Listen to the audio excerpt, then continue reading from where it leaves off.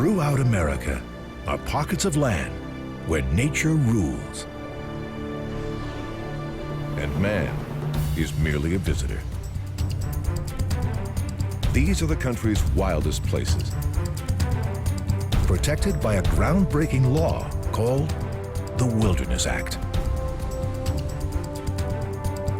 For 50 years, it's preserved land that's both inspired a nation and sustained it. These areas tell America's story, from Native American history to westward expansion to grassroots conservation.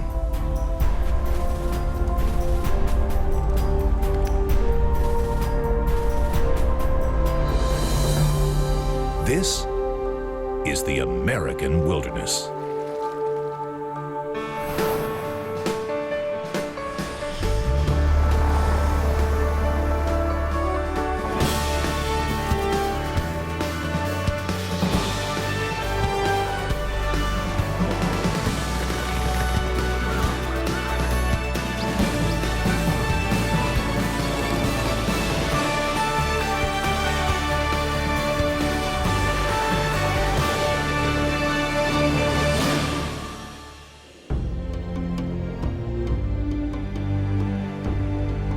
There are many things about America that are unique. But there's one thing in particular that sets it apart. This was the first nation to protect wilderness by law, with the Wilderness Act of 1964. For 50 years, it's preserved places Americans love. And that's largely because of one man and his devotion to the outdoors. In the summer of 1956, a writer and conservationist named Howard Zahniser packed up his family and drove west to Wyoming's Grand Tetons. He'd just written the first draft of the Wilderness Act, which he hoped would protect places like this forever.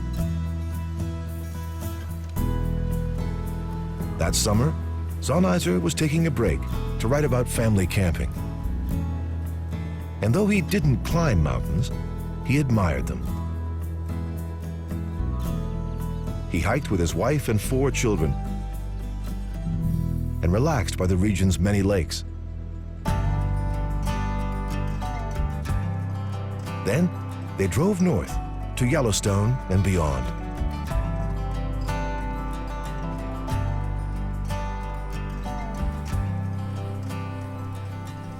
Zahniser was among a small but growing group of conservationists in the 1950s.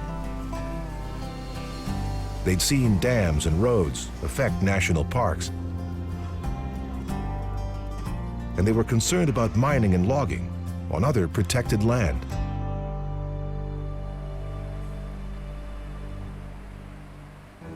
Zahniser and his fellow advocates believed Americans needed a new law, one that would keep some places completely wild.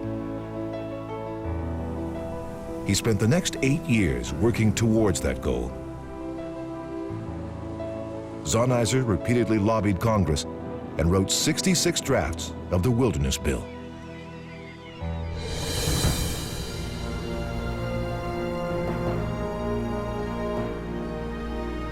On September 3rd, 1964, it became law and designated 54 wilderness areas.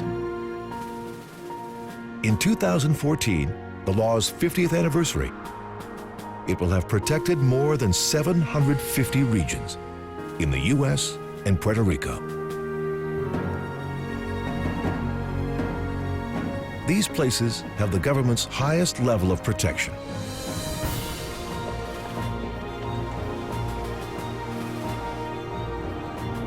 Some are within easy reach of the nation's biggest cities. Others are best accessed by bush plane.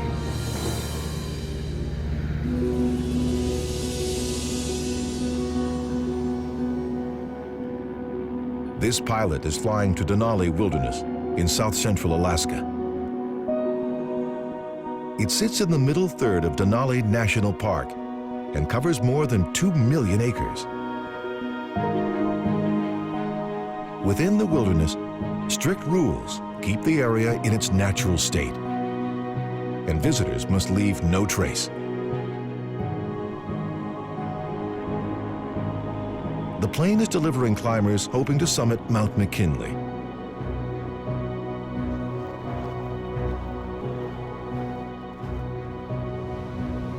Today's mountaineers arrive thanks to specially equipped landing gear.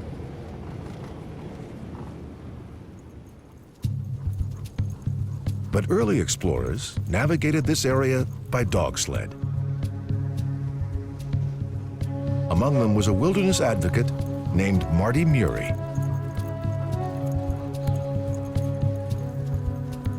She went to McKinley in 1922, where a biologist named Olaus proposed. They became an inseparable scientific team. The Muries spent months in the field, doing pioneering studies on Alaskan wildlife. Later, they became grassroots leaders of the conservation movement. For decades, they pushed for wilderness protection of Denali.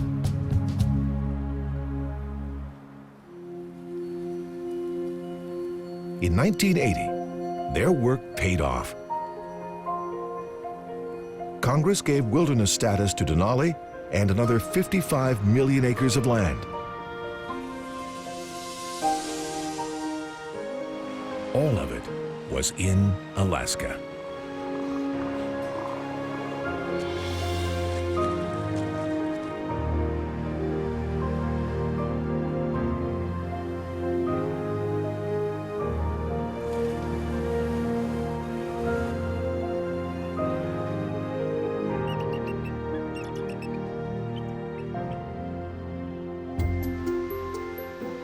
One of the state's best-known wilderness areas is in southern Alaska, on the rugged Pacific coast.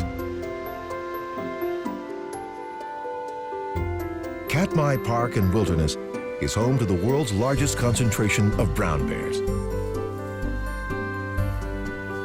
Hunting and habitat loss nearly wiped these animals out in the lower 48. But in Katmai, there's room to roam. They dig for clams on the coast, then wander miles inland to fish. Wilderness helps sustain 3,000 bears.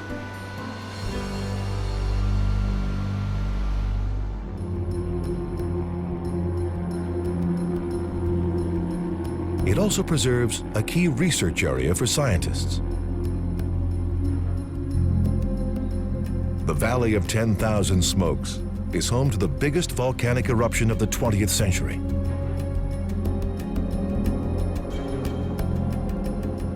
On June 6, 1912, a volcanic vent named Novarupta rumbled to life. For 60 hours, it spewed magma and ash, decimating the once green valley. Birds fell from the sky. All the mosquitoes were wiped out. The eruption was so powerful, the peak of a nearby volcano collapsed, forming a caldera. Scientists still don't fully understand the mechanics of the eruption.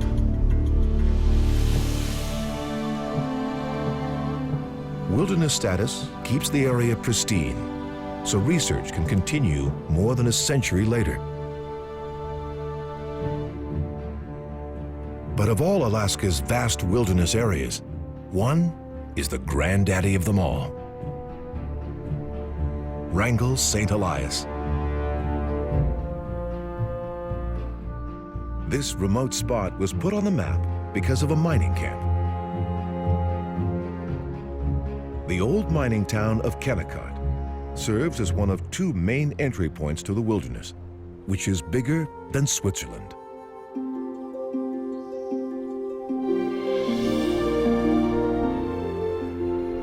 It stretches over 4 mountain ranges, including the Wrangell and the St. Elias.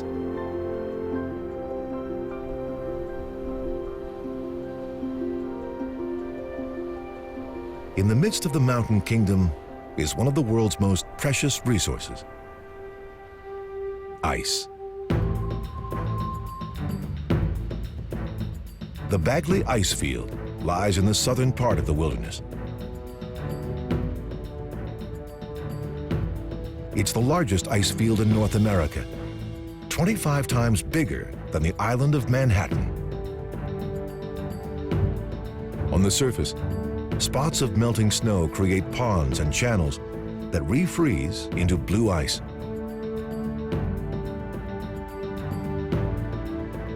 Only single-cell organisms can survive here. But the Bagley is a lifeline. It produces glaciers, rivers of ice that stretch in all directions.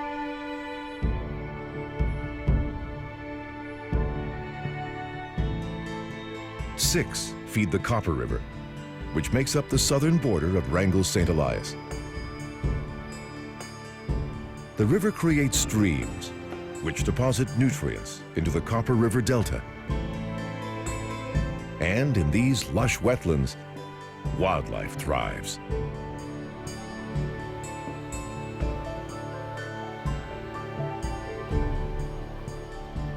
Each spring, the Delta hosts the largest gathering of shorebirds in the Western Hemisphere. Up to 10 million birds stop here to rest and eat before migrating north.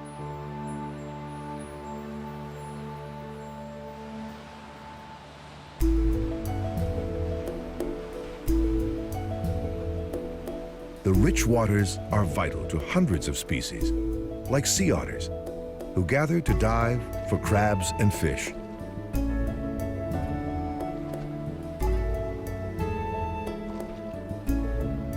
Alaska's wilderness is rich, but remote. In the lower 48, wilderness is widespread and often within reach.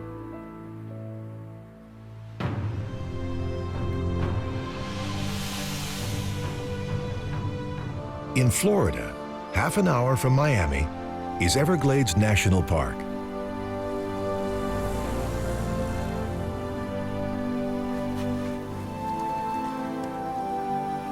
The park covers 1.5 million acres on the state's southern tip. 84% of it is Marjory Stoneman Douglas wilderness. It was named for a woman who learned about the Everglades by chance.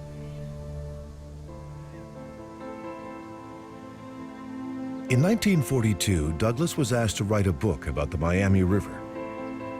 She suggested the Everglades instead, which many considered a useless swamp. Douglas discovered it was an ecosystem that revolved around a river as wide as the state. The water flows from Lake Okeechobee. It feeds what Douglas called a river of grass.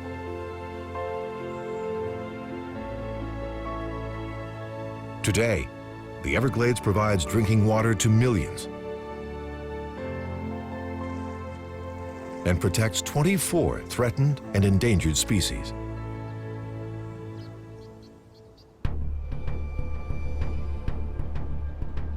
The ecosystem suffered a devastating blow in the 1950s with the construction of the Tamiami Canal and Trail. The government built it to stop flooding on farmland.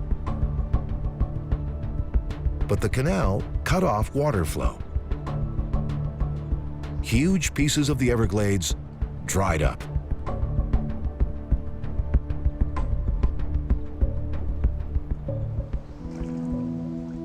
Many animals, including the wood stork, lost their nesting grounds. The birds moved north, but the nesting season there was too short and the food too sparse. the adults couldn't keep their babies alive. The animals dwindled from thousands to hundreds.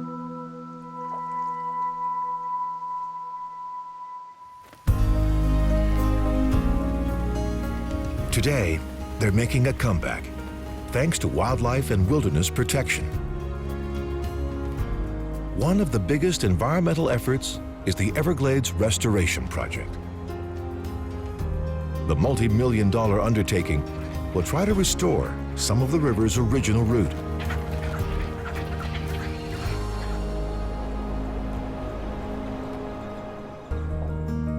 The wilderness is one of the few that extends onto the ocean floor.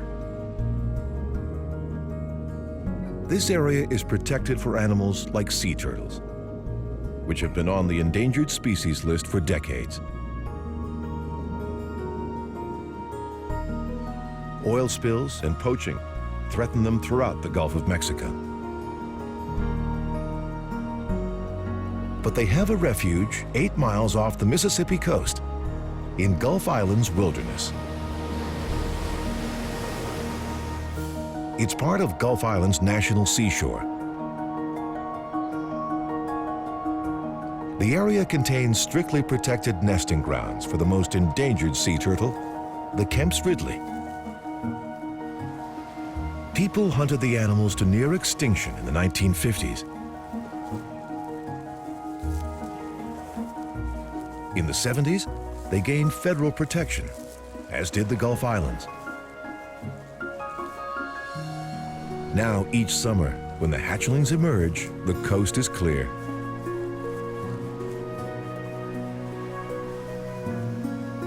They're hardwired to head for the ocean, 30 feet away.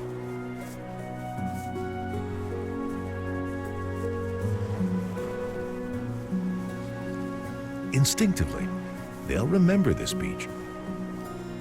In a decade, it will become their nesting ground.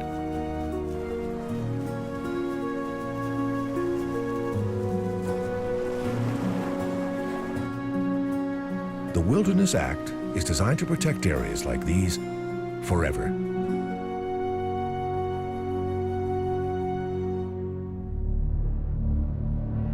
The law might not have been possible without one president and his time in the North Dakota Badlands.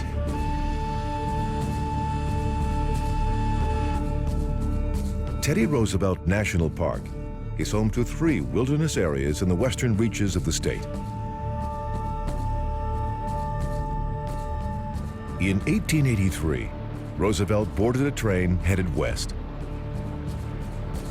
He was 24, newly married, and eager to hunt bison. It was his first extended trip out west, and it changed his life. Roosevelt spent 15 days in the Badlands with a cattle rancher as his guide. Afterwards, he bought a ranch on the banks of the Little Missouri River and built a small cabin. He intended to return here with his new wife. But 5 months later, she died after childbirth. His mother had passed away hours earlier.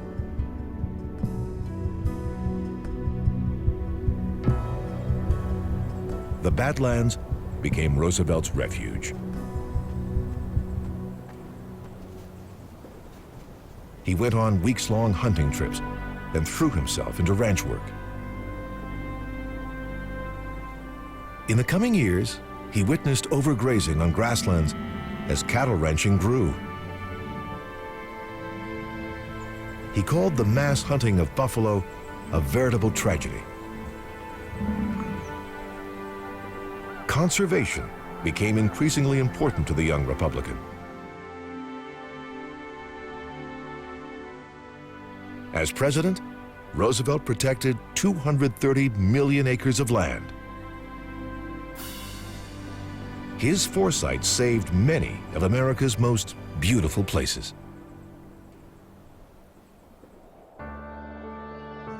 Across the country, Washington State is home to a well-recognized landmark, Mount Rainier. It's at the center of Mount Rainier National Park, which was established in 1899. Congress has designated nearly all of it wilderness.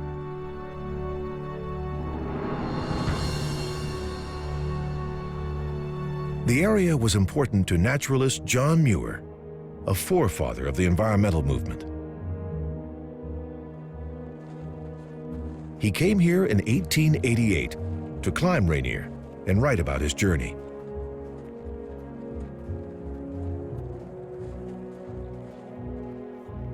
Muir and 4 other men navigated treacherous crevasses and ice cliffs.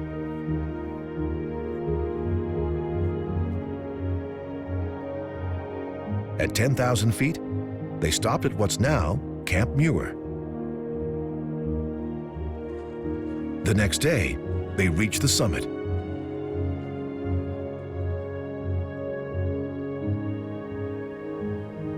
He later wrote that the lights that shine from mountains illumine all that lies below.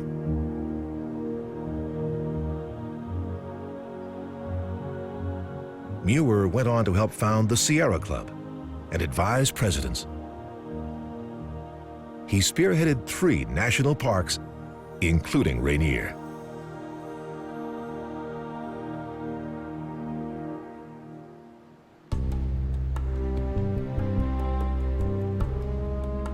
"100 miles northwest of the park is one of the country's most important coastal areas.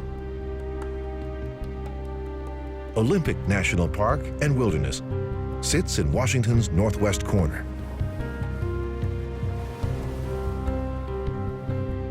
Its 900,000 acres includes some of the nation's best preserved shoreline.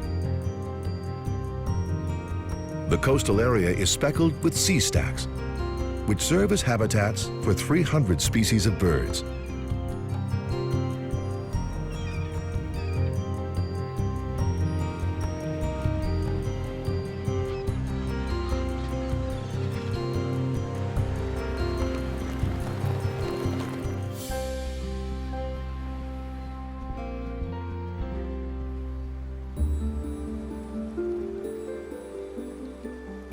Life in and around the wilderness depends on water.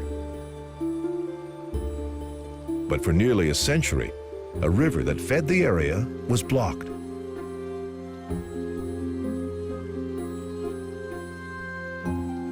The Elwha snakes from the coast to the wilderness boundary.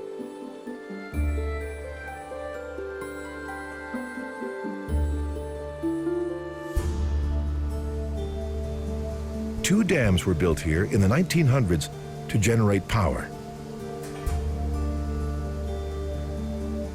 They had an unintended result. 10 species of fish couldn't swim inland to today's wilderness. Millions died, and an important food source was lost.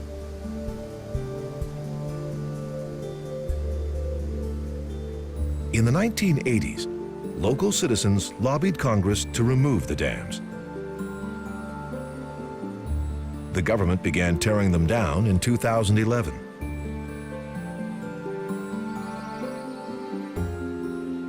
Today, some of the long-absent fish are back, returning a key part of the food chain to the area.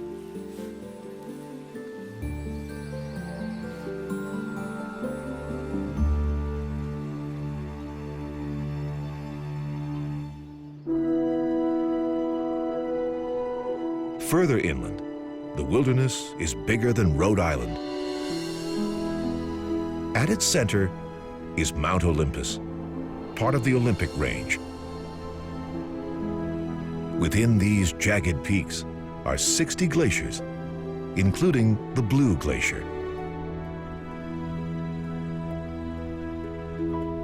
It feeds area rivers which flow into the Hoh rainforest. This is among the country's few remaining temperate rainforests. They once stretched from Oregon to Alaska, but many were used for logging. The forests are protected from harsh weather by the surrounding mountains. The mountains trap ocean moisture and lead to 12 feet of rain each year.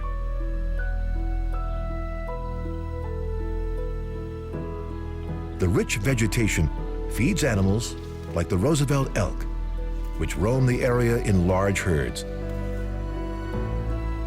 Wilderness gives animals sanctuaries, both in the Northwest and the Midwest, home to a land of 1,000 lakes.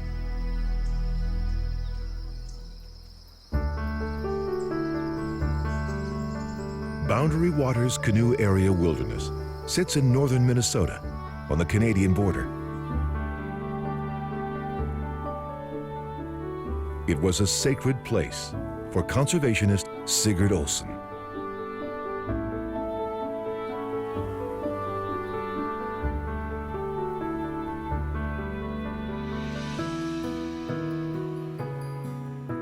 In 1923, Olsen and his pregnant wife settled in the nearby town of Ely so he could teach high school. He took summer work as a canoe guide. Olsen led hundreds of fishing and camping expeditions and taught others about the area.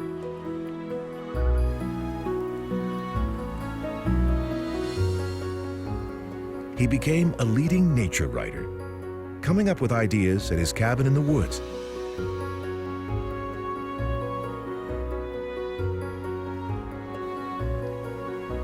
Olsen's work influenced a generation of young people to enjoy the outdoors and protect it. He was a leading spokesman for the Wilderness Act, and his advocacy was key in protecting the Boundary Waters.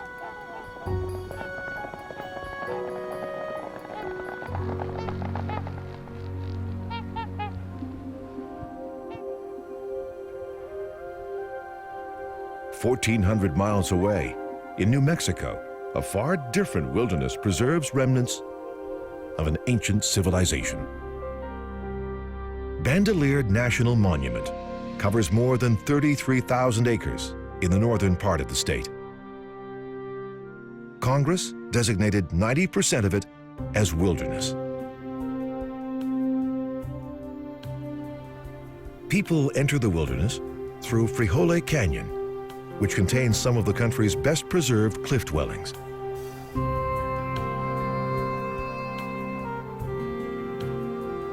Ancestral Pueblo people came here in the 12th century. They constructed buildings with bricks of soft volcanic rock.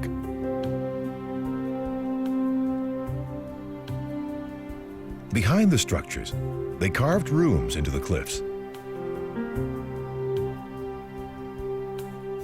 The Pueblo survived here for 400 years.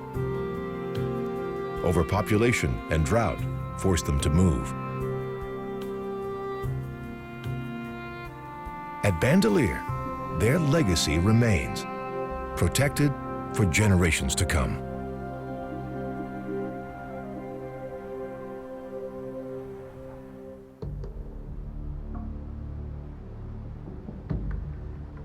More than 600 miles northwest of Bandelier, wilderness status protects a unique volcanic area. Craters of the Moon in southern Idaho contains the largest lava field in the continental U.S. The flows came from fissures or cracks in the Earth's surface. Researchers believe 8 volcanic events occurred here in the last 15,000 years. The eruptions created 25 cinder cones, each of which is a small volcano.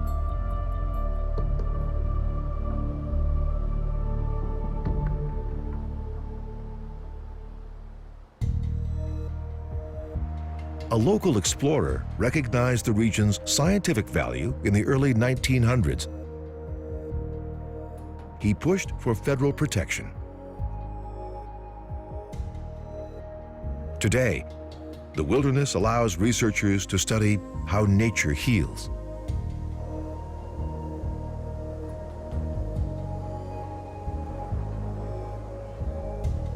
This area is home to thousands of plant and animal species.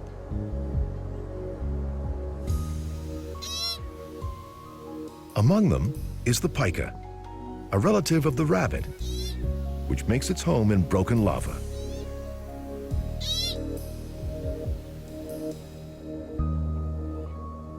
"200 miles northwest of this area is one of the state's most important wildernesses.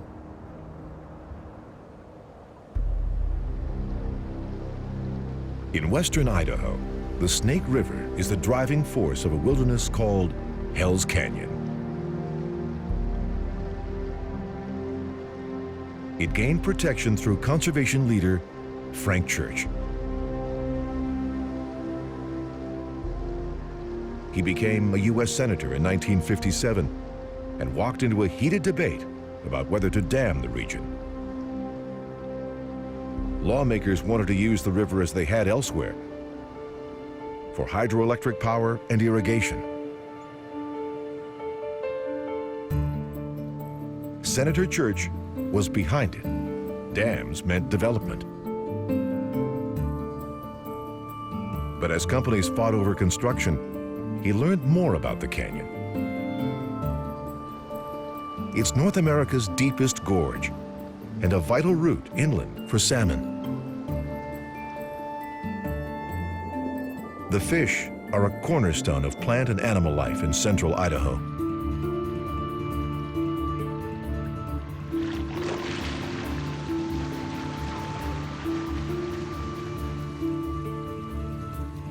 Church led the campaign to stop the dams. He also took the first steps towards wilderness designation. Over the next 30 years, Church continued to fight for Idaho's backcountry. He was instrumental in the protection of an area 80 miles away, known simply as the Frank. The Frank Church River of No Return Wilderness is the state's biggest protected area. It's one of the country's most remote places. 2.3 million acres of unmatched whitewater and wildlife.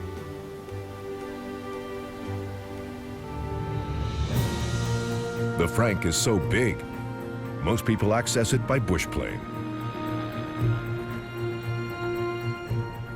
From the air, visitors fly over the Bighorn Crags, jagged summits that rise 10,000 feet. They're part of the Salmon River Mountains, which make up the central part of the Rockies. More than half of this area is so wild, there aren't even hiking trails. The Frank's size is vital for wide-ranging animals like mountain goats. They must travel long distances to forage for vegetation. Here, they have the habitat they need to move between peaks and valleys. The Frank has been vital for protecting and reintroducing species like wolves, which were brought back in the 1990s.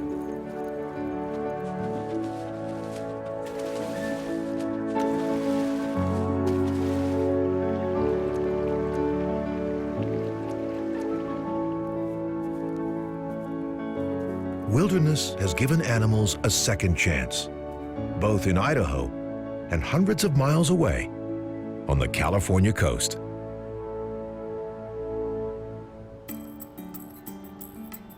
Wilderness leaders were motivated in part by residents of cities like San Francisco. Conservationists believed people needed respites from urban areas. 30 miles north of the city is Point Reyes National Seashore, a third of which is wilderness.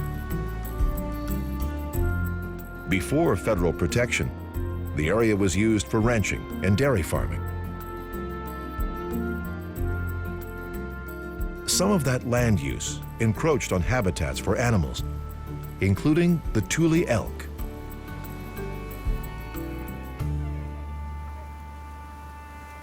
Nearly 500,000 once roamed central California. In the mid-1800s, most were killed by market hunters and gold prospectors. By 1860, the elk were thought to be extinct.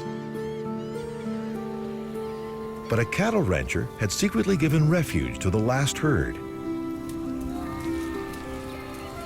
In 1978, the animals were reintroduced to Point Reyes. More than 3,000 now roam the seashore.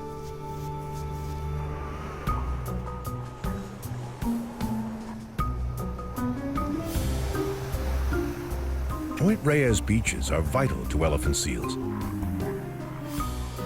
1,000-pound females come here each year to rear their pups. They nurse and nap for a month.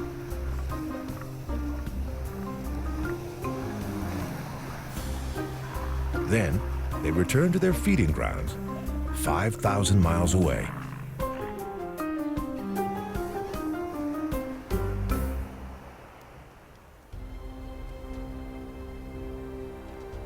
Nearly 400 miles southeast of Point Reyes is the lower 48's biggest wilderness, Death Valley. This is the hottest, driest, lowest place in the country. Yet, it's home to 1,000 species of plants and more than 400 kinds of animals.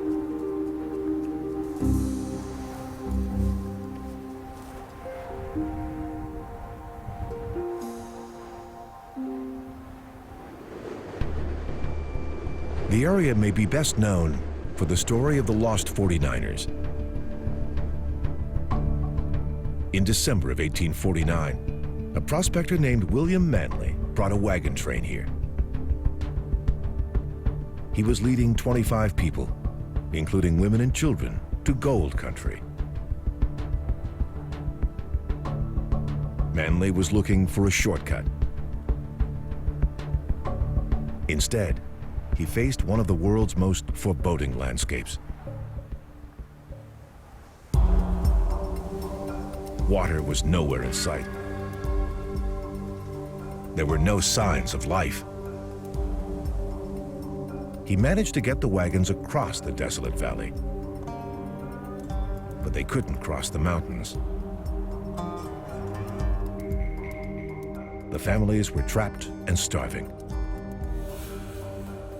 Finally, Manley and another man went for help. They thought they'd return in a few weeks. But the journey took a month.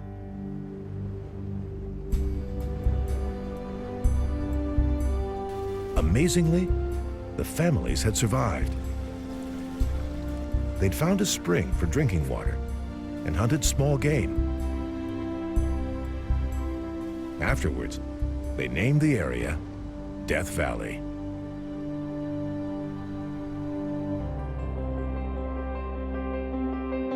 In the nearby state of Utah, desert wilderness looks far different in Zion National Park.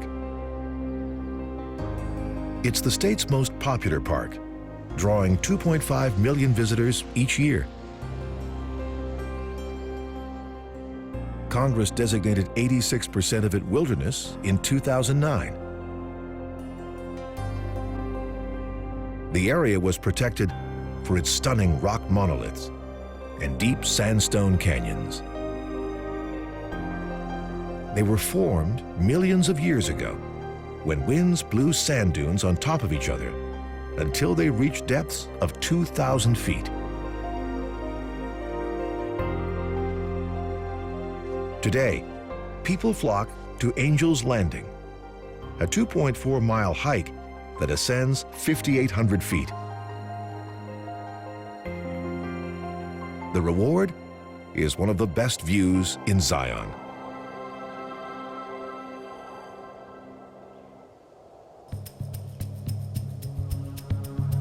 Amid the rocks is a green valley, home to the Virgin River. It feeds the sparse desert vegetation and nourishes area wildlife.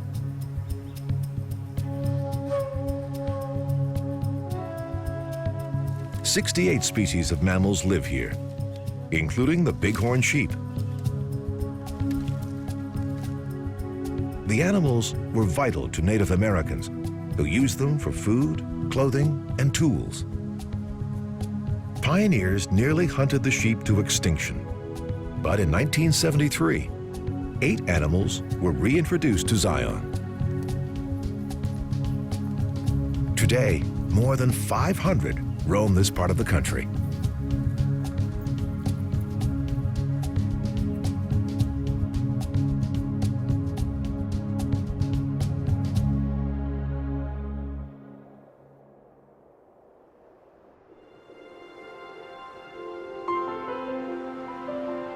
Wilderness is widespread in the West, particularly in Colorado's Rocky Mountains. It's home to Rocky Mountain National Park, 95% of which is wilderness. The area exists largely because of a kid who liked to climb mountains. In 1884, a sickly 14-year-old named Enos Mills left Kansas for Colorado. His family hoped the mountain air would improve his health.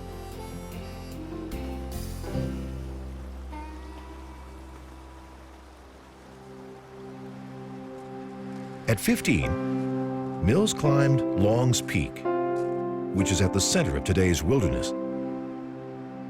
The mountain became his passion and his livelihood. Mills built an inn and later worked as a nature guide.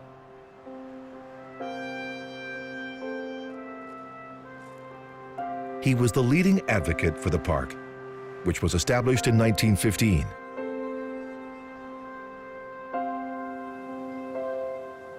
Mills' foresight made wilderness protection possible in 2009.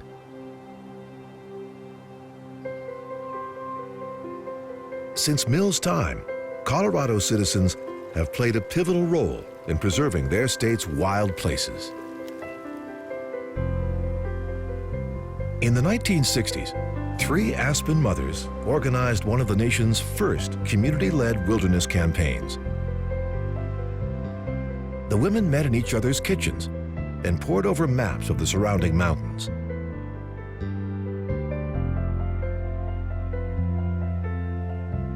They hiked into potential wilderness areas to gather data. And they rallied community support. Their efforts led to the protection of more than 400,000 acres around Aspen, including Maroon Bell's Snowmass Wilderness.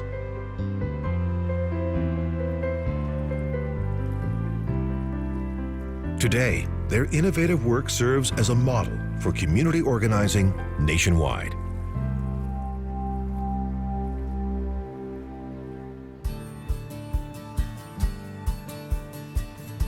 In southern Colorado, grassroots efforts led to the protection of Great Sand Dunes National Park and Wilderness. 300,000 people come here each year to see the strange contrast of sand and mountains. At nearly 750 feet, the dunes are the highest in North America, as tall as a 60-story building. They were formed over thousands of years as windswept sediment became trapped between the mountains and plains. The dune field is one of the most complex in the world, but wilderness designation allows people to explore it.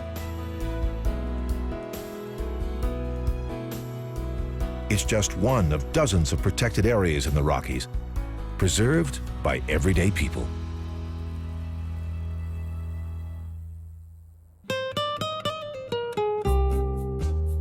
Arizona is home to a park and wilderness set aside to protect a species of plants Saguaro National Park sits in southern Arizona and is split in two by Tucson. 81% of it became wilderness in 1976. These bikers are pedaling on the edge of the wilderness. They are surrounded by the cactus everyone associates with the Old West, with their distinctive arms and towering height.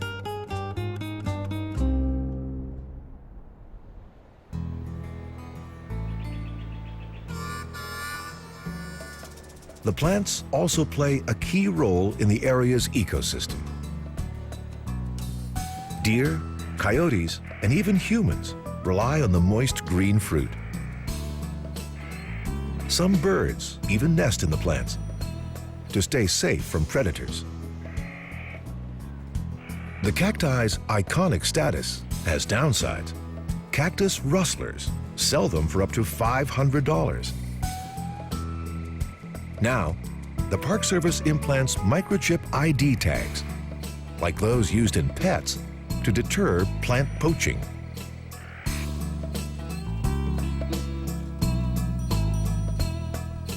Arizona is also home to one of the country's many proposed wilderness areas, the Grand Canyon.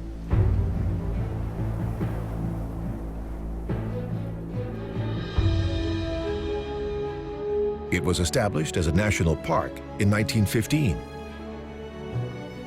But wilderness advocates believe it needs an extra layer of protection. They're concerned about development around the park. They also object to noise pollution from motorized tours. Some local businesses oppose wilderness designation. They argue limitations will affect tourism and the region's economy.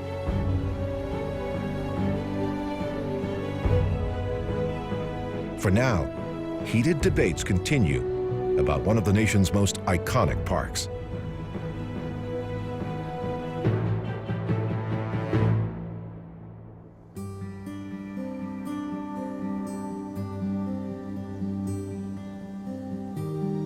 The country's first national park is also proposed wilderness. 3 million people visit Yellowstone each year to see its geysers and other geothermic displays.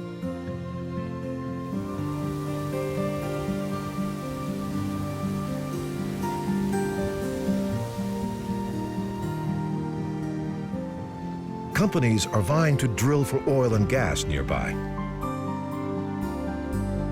But environmentalists believe drilling would damage key wildlife habitats.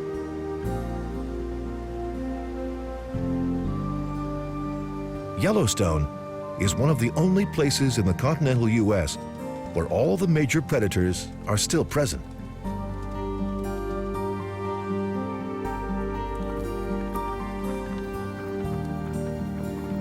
It's also home to thousands of elk and bison, which were nearly extinct in the late 1800s. Today, Yellowstone contains the largest bison population in the country. The animals have inhabited this land since prehistoric times.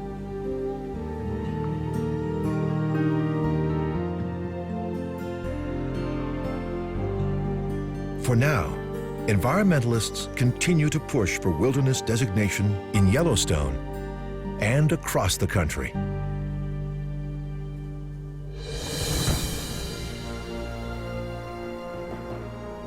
Their work continues the efforts of a small group of people in 1964.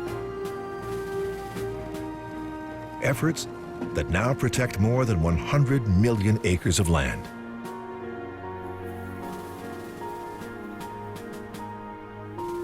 Wilderness preserves the country's ancient history and provides resources for a sustainable future.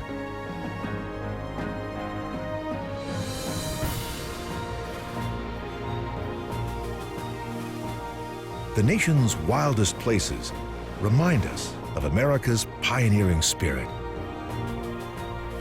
and its extraordinary leaders. They tell stories of men who conquered mountains and women who broke the mold. Most of all, America's wilderness is the people's wilderness. Protected and preserved for generations to come.